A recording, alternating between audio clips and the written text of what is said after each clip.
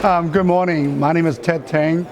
I currently serve as the president for the Cornell Hotel Society, which is the alumni organization of Cornell Hotel School.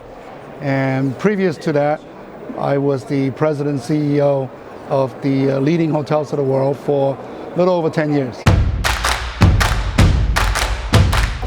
You know, training in hospitality is about helping our people grow. To grow the industry, to grow a hotel, to grow our business, our people have to grow as well. I think there are really two parts to the personal development. One is the specific task, sort of the task training, and that is how to check in somebody, how to properly take an order in a restaurant. But there's also a lot of hospitality development as well. For example, hospitality is really about when a guest makes a request that's not in the manual. How do you respond to that? And a lot of times that type of training involves how do we express hospitality from the heart.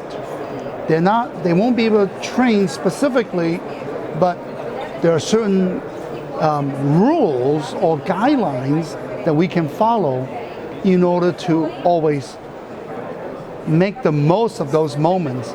We may not be able to take care of 100% of the guests, but even when we're not able to, it leaves them walking away satisfied that you have tried. Hospitality industry is probably the largest industry in the world. If you enjoy meeting people, if you enjoy travel around the world, if you enjoy being with the people of different culture, it's a wonderful industry, lots of opportunities, whether to go in, across many experiences or eventually move up. There are many ways you can acquire skills that provides the opportunity for professional growth. I started out, I was a houseman at a hotel. I was a night auditor. I worked as a banquet breakfast cook. I've done many things at the line level, but also along the way I've gained skills. Eventually that led me to management position, executive positions, and then ultimately to be president and CEO of a company. The meaning of luxury has evolved over the years. If you think back when leading hotels was created, that was more like Downton Abbey days, okay? And luxury back then, the provider, the supplier, we defined luxury for our customers. We created a product that we think they will like. Over the years, that's changed. Consumers today, they have a sense of what they define as luxury. So from that standpoint, we will still try to develop very good products that most people will like, but we have to remember luxury means different things for different people. We can no longer just have a room service menu. A guest may want to have a private dining experience. That's not the room service menu. And they want to have a meeting with the chef to develop that menu.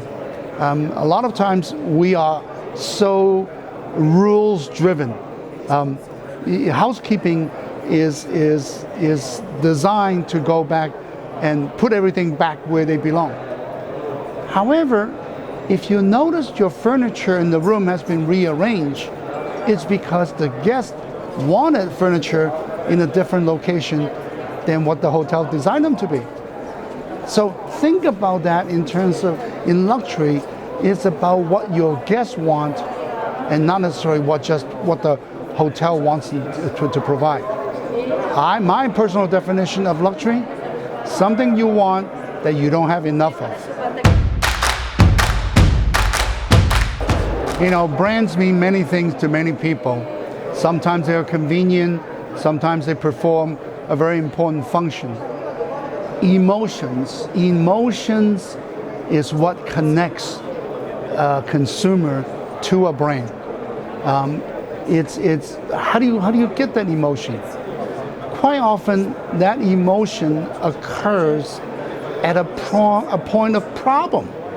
When something doesn't go right, it's an opportunity to make it a very, very memorable recovery experience.